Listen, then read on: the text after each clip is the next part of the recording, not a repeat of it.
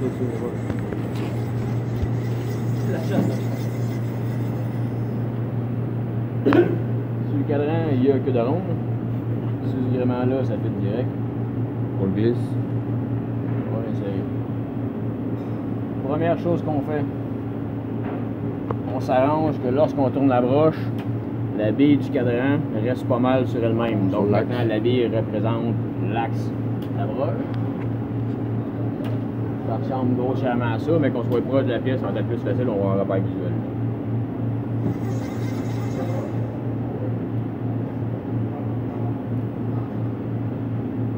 D'accord, ça fait un petit rond. On place ça dans le milieu du petit rond.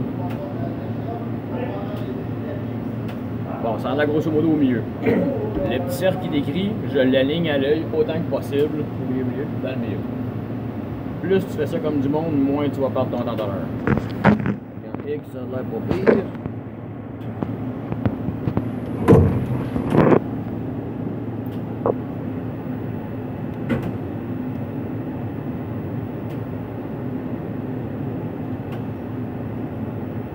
Fait que là, elle est grosso modo, ça a l'air pas si mal.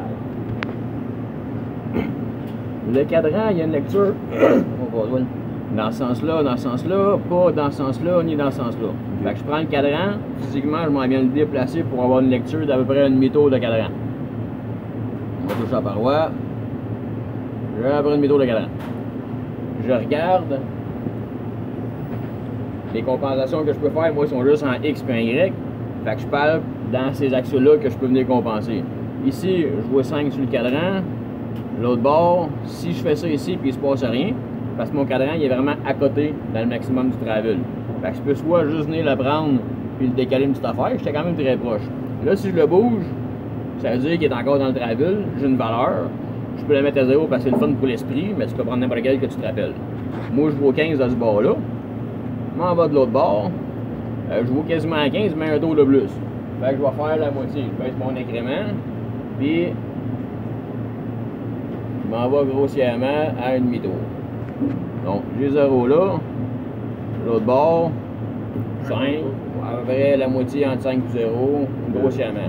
Là, si je bouge un peu, ça bouge parce que mon Y n'est pas fait du tout. Fait que je mets celui-là à peu près, donc j'ai 2,5. Le premier il est grosso modo.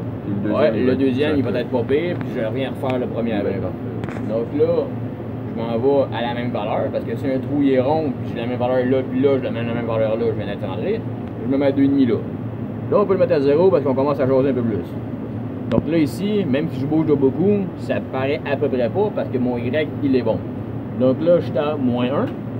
Je m'en vais le bord, je suis à moins 1,5. On peut se forcer un peu, là, mais ça ne rend pas grand-chose. Ouais, disons. Fait que ça, si ça devient mon nouveau 0, je devrais avoir 0 au bas aussi. En haut, j'ai plus 1. En bas, j'ai moins 1. Je m'en vais à 0. Ouais. Puis là, ça bouge pas mal plus. Alright? C'est un millième de tolérance?